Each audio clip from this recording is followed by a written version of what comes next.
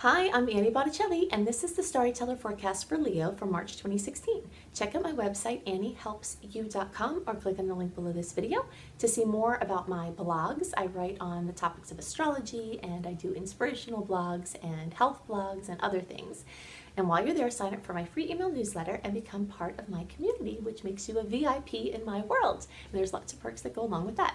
So what's going on in this month of March? It is March Madness for sure. The eclipse cycles often bring radical changes, major endings, closings of energy, major openings, new things, new beginnings. The energetic law that says energy is never created nor destroyed, it just changes form, is very alive and at work at this eclipse time, all eclipse times. So often you'll see very radical endings, non-negotiable closing out of energy, things coming to fruition, and then ending, or closing, or things reaching their pinnacle.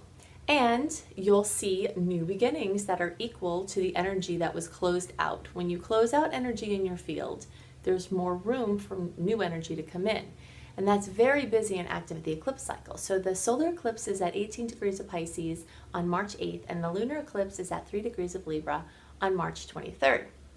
But the energies of the eclipses extend out well in either direction from the perspective of different cycles before and after those dates. So up to 6 weeks before the eclipses, so that's putting us like at the end of January, you could start or have started receiving eclipse-related news, eclipse-related events. They often come out of the blue. They seem like a surprise much of the time. Even if it's anticipated, somehow when it comes, it feels like a jolt to your system. And this can be very welcome news, something brand new opening, something very exciting, or it can be terrible news, something that is just not welcome in your field.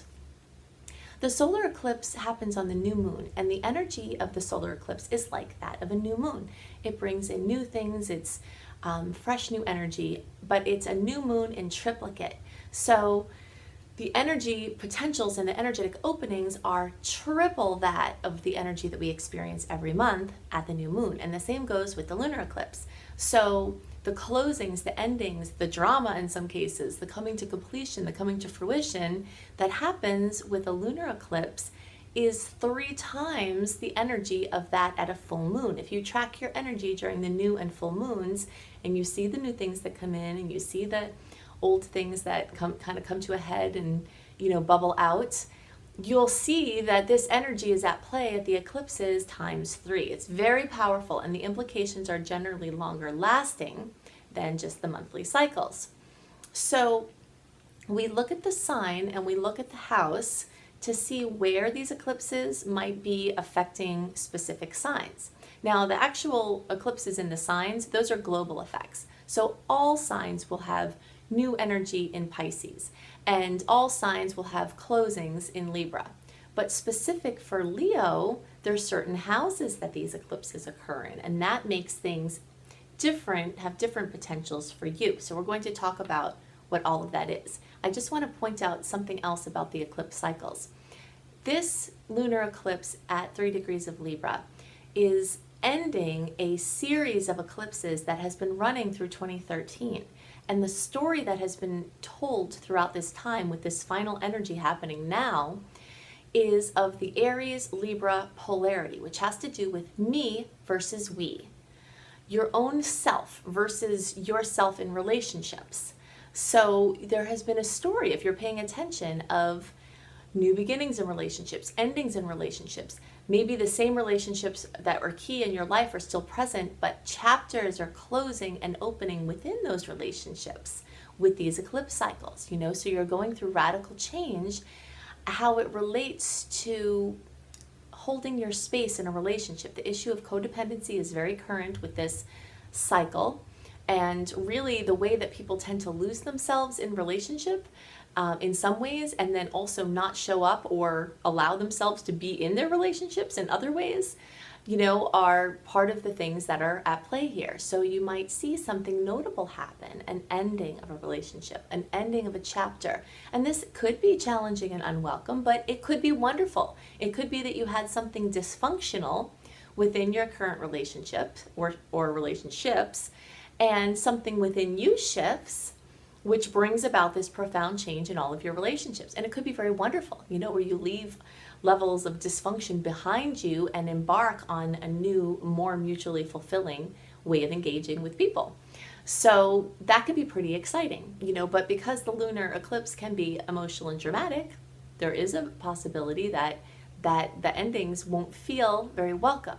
When it is eclipse time, it's important to remember that the divine plan is often different than that plan that we have for ourselves or the one that we think should be. So even if it seems like something is happening that you can't handle or you can't manage, it's part of healing something within yourself, your soul's growth. So there's a bigger lesson, a bigger story about you and your place in the world that comes into being from the experiences that happen at this time.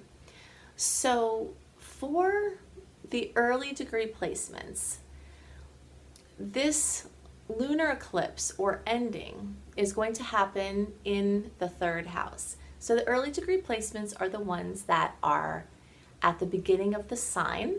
So that would either be like July born Leos, or the first 10 degrees or so if you're looking for your rising sign. If you're watching this for your rising sign, it's that beginning third of the 30 days or the 30 degrees that the Leo sun or ascendant is in order here. Okay, so for you early degree placements, this ending is happening in your third house. Whenever I see this happen in charts, I always put out the caution to drive more carefully and to take good care of your vehicles. The ending could be that something happens to your car or your vehicle, or that repairs have to be done and maybe you decide to scrap it all together and get a new car, or something affects your mobility, your actual physical mobility, because the third house has to do with your mobility, and it's the vehicles that transport you, it's your movement, from through your physical body. So you want to guard your mobility as much as possible. I also put out the recommendation when I see these eclipses happen in the third house, and I learned this as I have learned many things in astrology through my own experience, watching through the lens of what happens in my life that's related to the houses and the signs and the transits. Then I can see the energy at play. So in general, I hadn't had things go on with my car to speak of, I have a car, the car works, I drive the car's fine. When the eclipses were occurring in my third house, a cycle of eclipses was occurring there, I had a snow-laden bough fall down and smash my windshield. I had my side window, when I was rolling it up with the automatic thing, on the side of the door, it shattered. And then someone that was driving my car got into an accident with my car. And those three things happened all at critical times during the eclipse cycle. So I have come to, they didn't happen before and they haven't happened since, nothing like that. So it's very clear that this energy, the weak links in your mobility might be shown to you. That's what eclipses and all transits do, is they show you weak links. There's some sort of energy that is weaker or needs to have more protection. It's going to be your mobility. So just take care there. And something I learned through that whole series of events was that there's something called glass insurance that you can add to your insurance, that they come out and do an inspection to see if you don't have any glass damage, make sure you don't have any glass damage. And then often for no extra charge or a very nominal charge, you can have no deductible glass insurance. I did not know that. I wish I did, because I wouldn't have had a deductible for either of those glass events. And you can be sure I have it on now. So if you're listening to this before anything may happen, it would be good to check into that, because it could save you money and some headaches. But again, you're not doomed to have this happen. This is just the area where you're more susceptible, the area where there's more changes going on. And it could just be that you're getting rid of your car and you want to get a new car. It doesn't have to be very dramatic. But an ending of some kind for the early degree placements is energetically more of a potential. So that house is also the house of siblings, cousins, relatives that aren't your parents or kids. So something happening in that division of your life as well. And this is also the house of communication. So writing projects, editing projects, blogs, things like that. There could be something notable there. The rest of you, middle to late degree placements, so basically everyone who's not in the first 10 degrees of the sign, or everyone who is August born Leo, this ending will likely come in your second house. And the second house has to do with your finances, your individual finances. So in many cases when an eclipse happens here, there is a stream of income that goes away, or it ends. Maybe it reaches its natural conclusion, or some level of your individual self-sufficiency shifts. Whenever we have lunar eclipses, they take away energy. We have at the same time the solar eclipses that open up energy. So don't be afraid if you're thinking, oh gosh, I can't lose a stream of income. What if that happens? You know, maybe it will happen, maybe it won't. But if it does, there's new opportunities opening in your shared finances. So for most of you, this is going to be the 8th house for early and middle degree placements. And for the end of the sign, like 20 to 19 to 29 degrees, or the later birthdays, like the last, you know, maybe like the 13th through the 23rd of October, or not October, August, the last 10 days of that sign, or the 24th, like 13th through the 24th of August, those your placements will have this new opening in the house of relationships. The rest of you will have the new opening in the house of relationships with resources. The 7th house and the 8th house are the two partnership and relationship houses. The 7th house has to do primarily just with the relationship itself, one-on-one connection with someone. The 8th house has to do with your connection with someone or an entity, and then your resources and their resources. So for instance, getting a loan is beautifully shown in the 8th house. This is very common. Spousal money, inheritances, family money, something, joint business money, joint holdings, intangible things like stocks and things like that. But very, very nicely illustrated, or the loans are very nicely illustrated here, because loans have to do with an institution merging their resources with your resources. So you're helping them, they're helping you. So many people might find that they have an individual level of self-sufficiency broken off, but then they merge deeper into an agreement that winds up being mutually beneficial. So like for instance, if you want to buy a house, or if you want to refinance your house, interest rates are at an all-time low in the United States, and this might be a new relationship with a loan or a refi or an FHA loan or something like that might be what happens here, or a relationship with paying off debt, something like that. There's a lot of energy there. For some people, it could just be marriage. Not just be, but it has to do with you merging your resources with someone else, you know, so, or engagement, or getting together with someone where you're merging your resources in some way. So for all of you, the potential for new relationship is very, very solid. So it's interesting because you heard me say the lunar eclipse is in Libra, so there might be endings to relationships, right? So that's through the sign. Through the houses, there's openings of new relationships. So this very busy activity in your relationship houses is continuing. And so it could be that maybe a chapter of your relationship is closing in favor of something new. And the energy leans more towards togetherness, you know, and more towards holding your space really well while you merge with someone else. Because the stronger you can hold your space, the deeper you can merge with someone else and then return back to your own space, you know, and that's what the story of these eclipses is trying to convey. At the same time, we have Mars going retrograde on April 17th. After, let's say about the first week of February, I'll be posting a Mars retrograde blog and a Mars retrograde video. So I highly recommend that you check those out, because I'm not going to tell you everything you need to know about Mars retrograde, and there are quite a few things. So you can search on my YouTube channel, and you can go to anniehelpsyou.com and check out the astrology blog on that as well.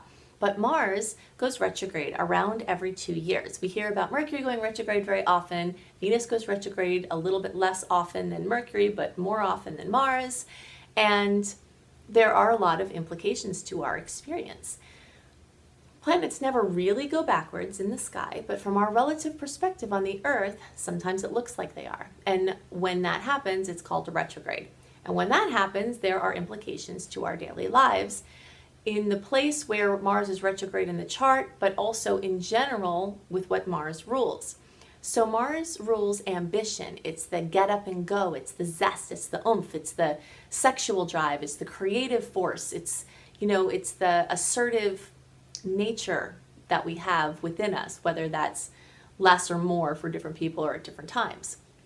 So when Mars is in retrograde, things are not moving forward the way that we want them to often, but so it's going backwards, but then Mars is actually closer, so we're feeling stronger Mars energy. So the keynote here turns out to be frustration, because if we're really feeling the energy of Mars, like I want to move forward, I want to do something, which could also come in the form of anger, but then the energy is moving backwards and we're not able to really do anything, then the frustration comes. So you can experience less frustration during Mars retrograde if you don't try to push things forward. My recommendation is to try to push anything forward that you really feel like needs to get going in February and the first half of March. There are some caveats to that and things to know about it too. We're not in an astrologically perfect situation for moving forward, but there's only 3 windows in the whole year of 2016 that have some good energy around really pushing things forward. It doesn't mean you can't be comfortably productive and you can't do anything. It just means the energy of blazing forward or the energy of initiating, starting something, there's only small windows in this year for that. One of them is February into the first half of March. Like I said, it comes with other things that are going along with it, but there is one of your windows. Then there's one at the end of July into the beginning of August, and then there's one from the end of October and through November into the beginning of December. So if you can't wait till the summer or the end of the year to push something forward, you might want to try to do it in February and March, because you'll notice the slowdown. Plus, anything that you have birthed when Mars is in retrograde will likely fizzle after the transit. It won't be as long term as you're hoping that it will be. And you might actually lose your oomph, even if that sounds surprising. If you're a go-getter, then you might find that you're relieved in some ways by this transit, because it kind of takes the edge off. So if you understand the transit and you know that, just follow the signs. If it doesn't seem like something's working out, don't push it forward, And the other thing to consider is that the eclipses may bring news that go against the things that you just launched or tried to launch. But in some cases, the eclipses could bring news that support what you've launched, So you'll get to see how you're on track or not with what your will is when the divine will comes in and either supports or in some ways suppresses what you're trying to do. So I can't see what's going on in your individual chart. If you'd like some help with that, check out my website, anniehelpsyou.com. Definitely check out my blog. There's all kinds of things on there on various topics. While you're there, check out my 28-day virtual coaching program called Shine, which is available on a sliding scale, so it's accessible to everyone. When we have weak links in our energy field, the transits create more havoc for us, because the transits are trying to show us where we have weak links. So the more you're proactive in strengthening those weak links, the more graceful a time you will have moving through transits as they come. So you can check that out on my website, anniehelpsyou.com. Click on programs, click on Shine. And then while you're there, definitely sign up for my free email newsletter and become part of my community. So I hope you have a wonderful month, and I'll see you next month. Bye.